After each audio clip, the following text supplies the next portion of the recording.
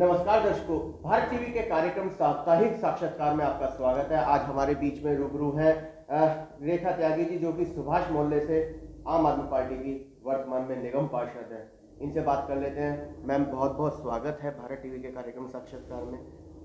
क्या कहना चाहेंगे? सबसे पहले जीवन यात्रा के बारे में आप बताएं। देखिए, जीवन यात्रा तो बहुत ही खूबसूरती के साथ गुजरी है और ख़ास तौर से जब से समाज सेवा में लगी तब से जीने का आनंद अलग आ गया।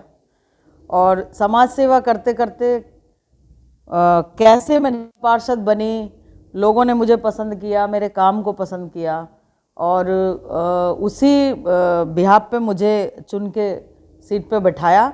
और लगभग 5 साल से मैं निगम पार्षद के रूप में लोगों को की सेवा कर रही हूँ। लोगों को पूरा जो भी काम निगम पार्षद के होते हैं और जो काम निगम पार्षद के नहीं भी होते उन्हें भी लेकर लोग आते हैं और पूरा प्रयास करती हूँ कि जो मेरे पास तक आ गया उसको पूरी तरीके से सेटिस्फाई करूँ, उसकी मदद करूँ, उसका काम करूँ, यही उद्देश्य रहता है। और इन सब को करने के बाद वाकई में एक सेटिस्फेक्शन मिलता है। मैम, जनता को बताना चाहेंगे कि क्या शुरू से सुभाष मोहल्ले वार्ड में ही रहे या पैतृक गांव अगर हम बात करें तो अपना कौन सा? नहीं, देखिए, पैतृक गांव तो है लेकिन गांव से मेरा बहुत ज़्यादा टच नहीं रहा। कहाँ से? खेकड़े के पास है मुबारकपुर गांव, तो वहीं से हूँ मैं। लेकिन शुरू से बचपन से यहीं रहे हैं तो ज़्यादा जानकारी है नहीं। तो लगभग कितने साल हो गए यहाँ पर रहते हुए? लगभग 45 साल के आसपास। 45 साल? हाँ। तो उस समय तो यहाँ बहुत बुरा हाल हुआ करता था, कहते हैं जंगल ही जंगल। हाँ, जंगल थे, खेत थे, चारों तरफ गड्ढे थे, खेत थे, कच्ची सड़कें थीं, तो ऐसा ही था। और वैसे मैं बाय बर्थ यहीं से हूँ। तो गांव में तो कभी ब्याह शादी में किसी के में कुछ आना जाना हुआ तो चले गए, तो बस ऐसे ही रहा। कांग्रेस के लिए भी मेहनत करी आम आदमी पार्टी के लिए। कांग्रेस छोड़ आम आदमी में क्यों जाना हुआ? देखिए, कांग्रेस ने गले नहीं लगाया, क्या कहें? कांग्रेस में मेहनत मैंने करी क्योंकि जहाँ भी मैं रही हमेशा ईमानदारी से रही, कुछ करने की लोगों के लिए इच्छा थी, इसलिए थोड़ा सा साथ कांग्रेस का भी दिया। और कांग्रेस का उस वक्त साथ इसलिए दिया क्योंकि कांग्रेस और बीजेपी के अलावा दूसरा कोई रास्ता नहीं था, कोई विकल्प नहीं था। लेकिन जैसे ही आम आदमी पार्टी मैदान में उतरी तो कांग्रेस और बीजेपी से तो लोग वाकई बहुत परेशान थे और मुझे भी बहुत सारी चीज़ें कांग्रेस में रहते हुए भी अच्छी नहीं लगती थी, इसलिए मैंने आम आदमी पार्टी का जन्म होने से पहले ही कांग्रेस का साथ छोड़ दिया था। अन्ना आंदोलन शुरू हुआ उस समय से आप आम आदमी पार्टी? जी, तभी से ही मैं आम आदमी पार्टी में हूँ। उससे पहले मैं एनजीओ चलाती थी। और राहुल जी आप जानते हैं बहुत पहले से ही। और बस चाहे अन्ना आंदोलन से साथ दिया हो और चाहे एनजीओ के माध्यम से, उद्देश्य एक ही था, जो गलत हो रहा है वो सहन नहीं हो रहा, उसके खिलाफ आवाज़ उठानी है। इंडिया अगेंस्ट करप्शन में भी काम किया? जी बिल्कुल काम किया, इंडिया अगेंस्ट करप्शन में भी। जहाँ जहाँ जैसे जैसे उस टाइम भी अरविंद जी का आदेश होता रहा, वहीं पर हम लोग भी अपने साथियों के साथ वहाँ, अपनी टीम के साथ वहाँ पहुँचते थे और हर तरह से सहयोग करते थे। सुभाष मोहल्ले वार्ड में जब आपने कदम रखा, चुन करके आए, चुनौती भरा वार्ड था जी, अनेकों ऐसे काम थे जो करने थे, कितना काम कर पाए हैं अभी तक? देखिए, सच बताऊं क्योंकि झूठ बोलने की मेरी आदत नहीं है, तो अभी तक जो काम मैंने इस सुभाष मोहल्ला वार्ड के अंदर किए हैं वो काम जो पिछले 20-30 सालों के गड्ढे हैं वो अभी तक पूरे नहीं भर पाई हूँ। अभी और कामों की ज़रूरत है, और काम करने की इच्छा है। समय भी चाहिए और पैसा भी चाहिए। समय भी चाहिए, पैसा भी चाहिए। पता ही नहीं चला 5 साल का समय कैसे बीत गया, इतनी स्पीड से निकला कि बस ऐसा लग रहा है कल की बात है और ये फिर से चुनाव सर पे आ गए।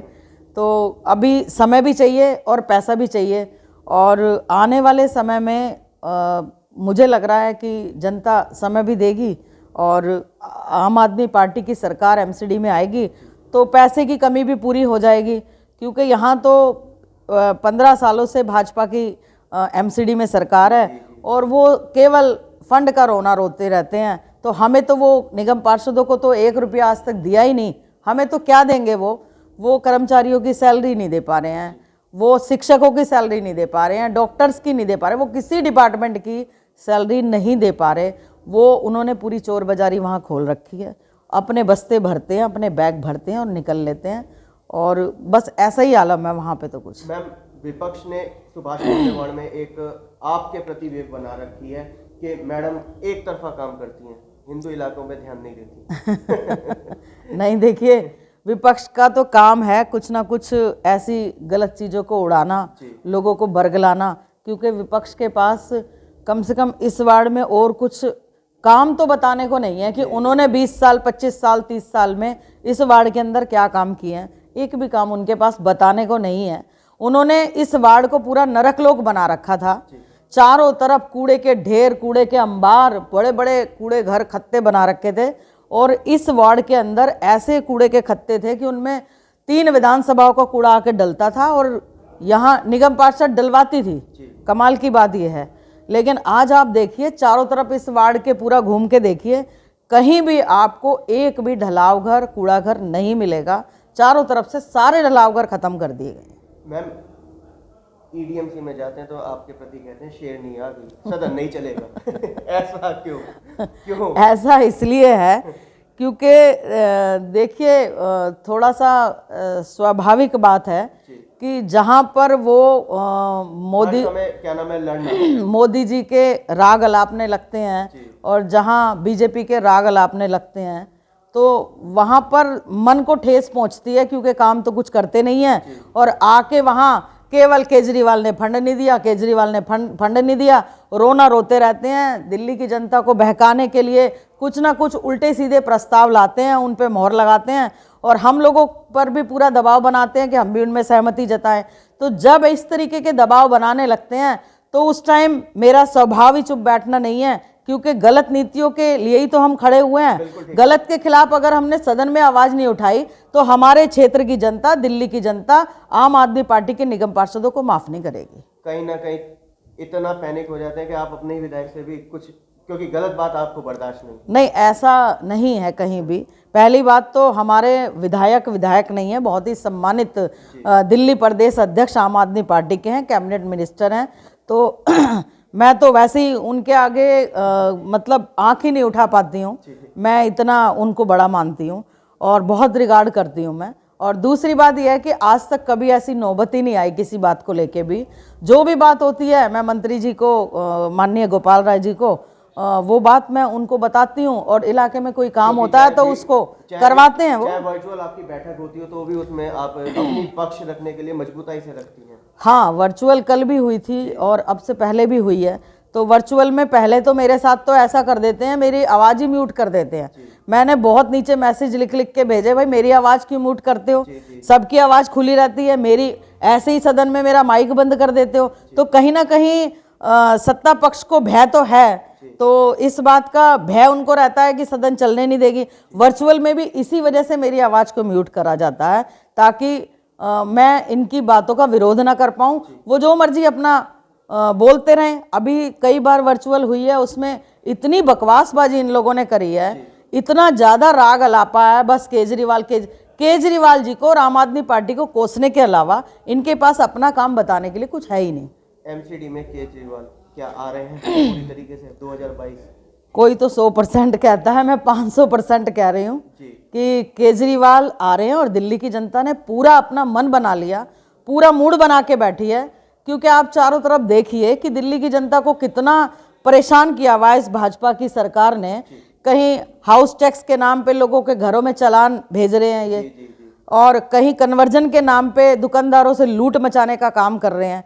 तो चारों तरफ आप देखिए, फैक्ट्री देखिए, मकान बनाते हैं, उन लेंटरों पे देखिए कितने बुरे आतंक मचाते हैं ये लोग। आपके वार्ड में लेंटर का क्या हाल है? देखिए मेरे वार्ड में, मेरे क्षेत्र की जनता से पूछिए कि लेंटर का क्या हाल है। कहीं भी अगर किसी तरीके की, बिल्डर परेशान है। देखिए बिल्डर से मेरा कोई लेना देना नहीं है। बिल्डर जाने, उनका काम जाने, वो प्रोफेशनल हैं, वो अपना कमर्शियल एक्टिविटी कर रहे हैं, वो क्या कर रहे हैं क्या नहीं कर रहे, वो परमिशन लेके एमसीडी से काम करा रहे हैं या एमसीडी को घूस दे के काम कर रहे हैं, मुझे इस बात की कोई जानकारी नहीं है। लेकिन हाँ, अगर कोई रहने के लिए मेरे वार्ड के अंदर मकान बना रहा है तो वो उसको बिल्कुल निश्चित तौर पे उसको परेशान करने के लिए कोई नहीं जाता। अगर कोई जाता है तो उनकी क्लास मैं यहाँ बुला के लगाती हूँ, क्योंकि यहाँ छोटे छोटे गरीब तबका रहता है। 25 गज के 50 गज के रहने के लिए बड़ी मुश्किल से लोग मकान बनाते हैं। तो मेरे क्षेत्र की जनता से जाके उनसे पूछिए कि वो कितने खुश हैं, क्या उन्हें कभी कोई किसी तरीके की कोई दिक्कत हुई। मैम, सुभाष मोल्ले वार्ड की अगर हम बात करें, और क्योंकि एक ही पार्टी के आप पार्षद हैं, दूसरी पार्टी के में अगर दिल्ली सरकार की बात करें विधायक भी आम आदमी पार्टी के हैं, तो बजट लेने में कोई दिक्कत, विकास कराने में कोई दिक्कत यहाँ पे? देखिए, विकास के नाम पे तो आज तक विकास तो भाजपा वालों का आया ही नहीं है, पैदा ही नहीं हुआ। तो बात यह है, बजट जब भी इनसे मांगा इन्होंने बजट नहीं दिया, और ख़ास तौर से आम आदमी पार्टी के पार्षदों के साथ इन्होंने भेदभावपूर्ण रवैया अपनाया पूरे 5 साल। हमारा मानना ये है, मेरा सवाल ये था कि क्या आपने विधायक जी का बजट लेकर के अपने वार्ड में लगाया? देखिए, हाँ, सारा काम, जितना भी काम मेरे वार्ड के अंदर हुआ है आज तक, जितनी सड़कें बनी हैं, नालियाँ बनी हैं, या कुछ और काम हुआ है, सीवर का, पानी का, लाइट का, सब कुछ माननीय मंत्री गोपाल राय जी के फंड से हुआ है। सारा पैसा उन्होंने दिया है, और हर जगह जहाँ जहाँ भी काम की ज़रूरत थी सारे काम उनके पैसे से ही हुए हैं, उनके फंड से ही हुए हैं। मुझे कहीं किसी तरह की कोई दिक्कत नहीं आई उनसे फंड लेने में, उनसे काम कराने में। अगली तैयारी सामने है, तैयार है पूरी तरीके से 2022 के चुनाव में उतरने के लिए? 2022 के चुनाव में उतरने के लिए तो तैयार है क्या? आप तैयार हैं? मैं पूरी तरीके से तैयार हूँ। जनता मेरे साथ है, इस बात की मुझे दिल से खुशी है, और मैं धन्यवाद भी देना चाहती हूँ अपने क्षेत्र की जनता का, कि उन्होंने पहले भी मुझे सहयोग किया और 5 साल काम करवाने में भी मेरा पूरा सहयोग दिया, और आम आदमी पार्टी के कार्यकर्ताओं ने भी दिन रात लग के पहले भी मुझे जिताया, और अब उसके बाद 5 साल मेरे साथ लग के काम भी करवाया। बड़ी मेहनत करी आम आदमी पार्टी के कार्यकर्ताओं का बहुत बड़ा योगदान है, बड़ी सक्रिय भूमिका में 5 साल तक वो रहे हैं, और गली गली मोहल्ले मोहल्ले जाके उन्होंने लोगों के काम भी कराए हैं, वो चाहे मंत्री जी के माध्यम से कराए हों, चाहे मेरे माध्यम से कराए हों, लेकिन बड़ी मेहनत करी है, और उनका बहुत बहुत आभार मैं मानती हूँ इस बात का, क्योंकि अकेले किसी के दम पे कोई अकेले ना चुनाव लड़ सकता, ना चुनाव जीत सकता, और ना इलाके का काम करवा सकता। ये पूरा टीम वर्क है, और मेरी टीम ने बहुत बढ़िया मेरे साथ सहयोग किया है, उनका दिल से मैं धन्यवाद भी करना चाहती हूँ। और मुझे पूरी उम्मीद है कि आने वाले 2022 में, आने वाले क्या 2022 तो आ ही गया, तो 2022 में जो एमसीडी का चुनाव होगा उसमें भी आम आदमी पार्टी के कार्यकर्ता पूरी तरीके से मेरे साथ हैं, और क्षेत्र की जनता भी मेरे साथ है और पूरा सहयोग करेगी। और वाकई में आप इलाके में घूम के देखिए, दिल से जनता चाहती है इस बात को, क्योंकि इतने काम करने वाले पार्षद को कौन छोड़ना चाहेगा। मैम, पिछली बार का मार्जिन और इस बार की जीत का मार्जिन आप क्या मान रहे, बढ़ेगा या? हाँ, ये सवाल आपने अच्छा किया। इस बार जीत का मार्जिन बहुत ज़्यादा होने वाला है, और लगभग 5-6 हज़ार की लीड तो इस बार होगी, ये तो तय है। ये तो लोगों की आंखों की चमक से, उनके व्यवहार से, उनकी बातों से ये पता लग जाता है, सोशल मीडिया के माध्यम से पता लग जाता है कि कितने लोग और आपको पसंद कर रहे हैं, क्योंकि जिन लोगों के काम हुए हैं वो सेटिस्फाई हुए हैं। पहले लोग नहीं जानते थे कि मेरी कार्यशैली क्या है, क्या मैं इतना बेहतर भी काम कर सकती हूँ। तो अब कुछ लोग जिन्होंने पहले वोट और सपोर्ट भी नहीं दिया, अब तो वो भी आते हैं, वो भी कहते हैं कि इस बार मैडम आपको ही वोट देंगे हम, चाहे हम किसी भी पार्टी में हैं, लेकिन आपको पूरा सपोर्ट करेंगे। मैम, आने वाला समय चुनाव का तो रहेगा ही रहेगा, मुकाबला आप किससे मान रही हैं कि भारतीय जनता पार्टी से होने वाला है, या कांग्रेस तो है ही नहीं? देखिए, एक बहुत पहले से मैं एक नारा देती आई हूँ कि क्यों पड़े हो चक्कर में, कोई नहीं है टक्कर में।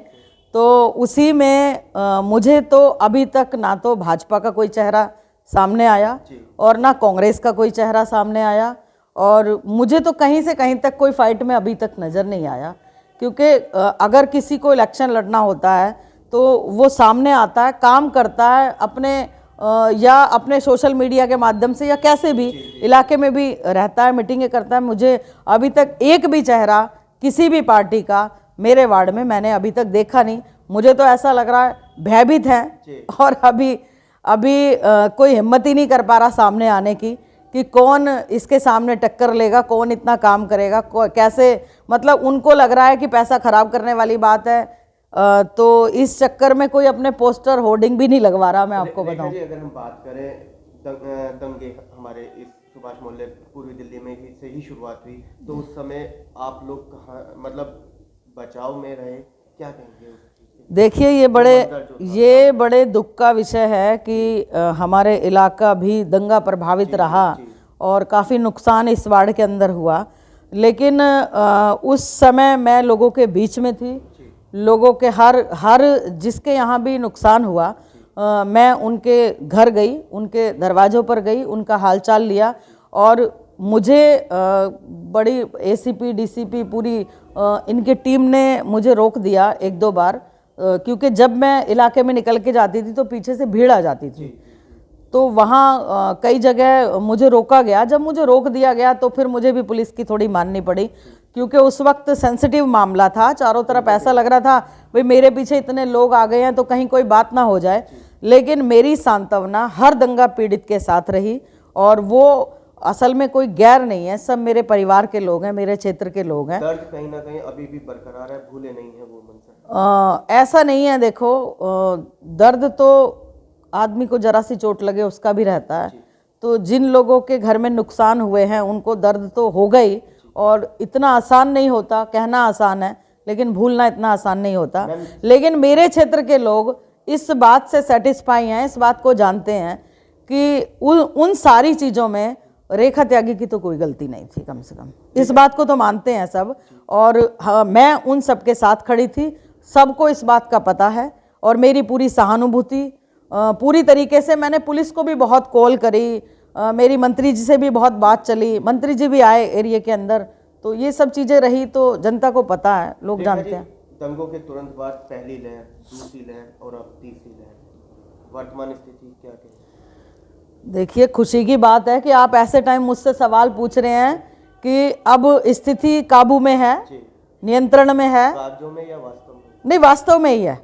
हम भी एरिया के अंदर घूमते हैं तो वास्तव में स्थिति बहुत ही नियंत्रण में है।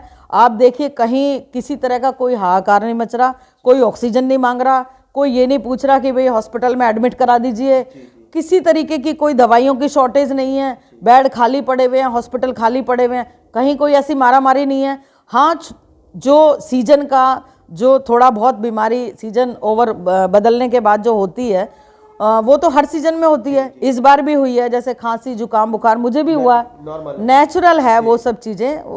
वो सब चीज़ें जब होती हैं तो आदमी घर में ही एक दो दिन अपना रहता है, ठीक हो जाता है। ऐसे ही हमारे आसपास जितने लोग हैं तकरीबन सबको ही हुआ, लेकिन सब नॉर्मल है, सब ठीक है। मैम, विपक्ष की अगर हम बात करें तो वो एक मुद्दा बना रहे हैं शराब के ठेके, आप क्या कहेंगे? देखिए विपक्ष तो आपके वार्ड में खुला नहीं था लेकिन खुल चुका है। विपक्ष तो मुद्दा बनाएगा ही भाई। विपक्ष के पास, विपक्ष की तो नेताओं की, भाजपा के जितने नेता हैं, विपक्ष के जितने नेता हैं, उनकी तो जेब भरी जाती थी जब अवैध शराब चारों तरफ बिकती थी।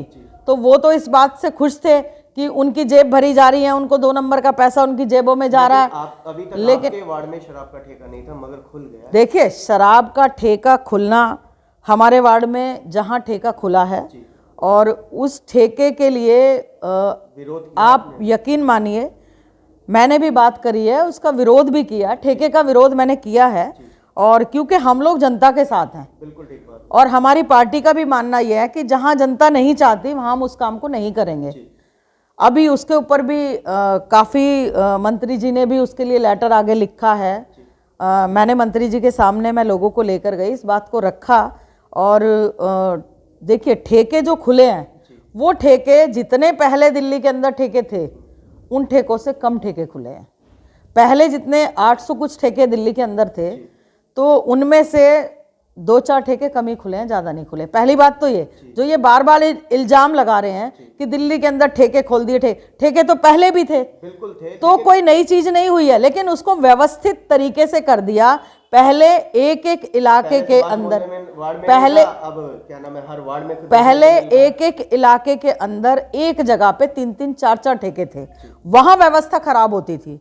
वहां व्यवस्था इसलिए खराब होती थी, भीड़ लग जाती थी, वहां जेबें कटती थी, चोरी चकारी होती थी। और अब जब थोड़े थोड़े डिस्टेंस पे अलग अलग जगहों पे ठेके खोल दिए गए हैं। देखिए ठेके खुले हुए हैं झुग्गी बस्ती के पास, पी रहे हैं पाश कॉलोनी वाले भी। तो ये तो मतलब गलत बात है ना। लेडीज के कब तक खुलने वाले हैं? लेडीज वेडीज के कहीं कुछ नहीं खुलने वाले। ये विपक्ष जो है इस बात को उड़ा रहा है, चला रहा है, और विपक्ष का काम है इस तरीके की बातों को रखना। दिल्ली के अंदर शराब के ठेके व्यवस्थित तरीके से हैं। अब इस वक्त आप किसी भी शराब के ठेके पर जाइए, आप वहां किसी की जेब कटती देख रहे हैं? किसी माँ बहन को कोई छेड़ रहा है वहां पे? अगर कहीं ऐसी नजर आएगा तो वहां तो आम आदमी पार्टी के लोग ही विरोध करके उसको बंद करवा देंगे। लेकिन मैडम लंबी लंबी कतारें, क्योंकि जब शनिवार इतवार का लॉकडाउन लगता है तो बहुत बुरा हाल होता है। देखिए जब शनिवार इतवार का लॉकडाउन लगता है तो लाइनें लगती हैं, ये बात हम मानते हैं। तो अब क्या, ये तो किसी के हाथ में नहीं है भाई। जब शनिवार इतवार लोगों को पता है कि 2 दिन बंद रहेगा, तो वो जो पीने वाले लोग हैं वो तो आपके और मेरे कहने से मानने वाले नहीं हैं, तो वो तो पहले ही लेके रखेंगे। अब उसमें लाइनें लगती हैं तो उसमें हम क्या कर सकते हैं? हमारा क्या दोष है उसमें? हमारे बीच में रेखा त्यागी जी, जिन्होंने सारे सवालों का जवाब बहुत ही आसानी से, बहुत ही तरीके से दिया। मैम चलते चलते जनता से क्या अपील करेंगे? जनता से मेरी हाथ जोड़ के विनम्र निवेदन, विनती, अपील यही है कि देखिए बीमारी तो लगभग चली गई है, लेकिन फिर भी प्रिकॉशन की ज़रूरत है। थोड़ा सा बचाव रखें, अपनी सेहत का विशेष ध्यान रखें, क्योंकि समय ऐसा ही चल रहा है। और दूसरा कि आप लोगों ने, अगर आप लोग मेरे काम से सेटिस्फाई हैं, आपको लगता है कि मैंने काम किया है, तो आप लोग जैसे पहले आप लोगों ने मुझे सपोर्ट किया, ऐसे ही आप लोग मुझे अभी भी आने वाले इलेक्शन में पूर्ण रूप से सपोर्ट करें। आपका बहुत प्यार मिलता है मुझे, मैं आपका एहसान कभी शायद ही उतार पाऊँ। मुझे लगता है आपके लिए जो मैं काम कर रही हूँ बहुत कम है, मुझे अभी आपके लिए बहुत काम करना है। मुझे थोड़ा समय आप लोगों से और चाहिए। इसी के साथ आपकी अपनी बहन बेटी, आपकी निगम पार्षद रेखा त्यागी। जय हिंद, जय भारत। तो ये थी रेखा त्यागी जी, जिनका सीधा सीधा ये कहना है कि अभी काम बहुत है, बहुत करना है। पुनः इन्हें दोबारा जिता करके सदन के अंदर भेजें, ताकि ये पुरजोर तरीके से सुभाष मोल्लेवाड़ का और बेहतर विकास करा सके। समय ही बताएगा। कैमरामैन पवन शर्मा के साथ राहुल शर्मा, भारत टीवी के लिए। देखते हैं कार्यक्रम भारत टीवी का साक्षात्कार।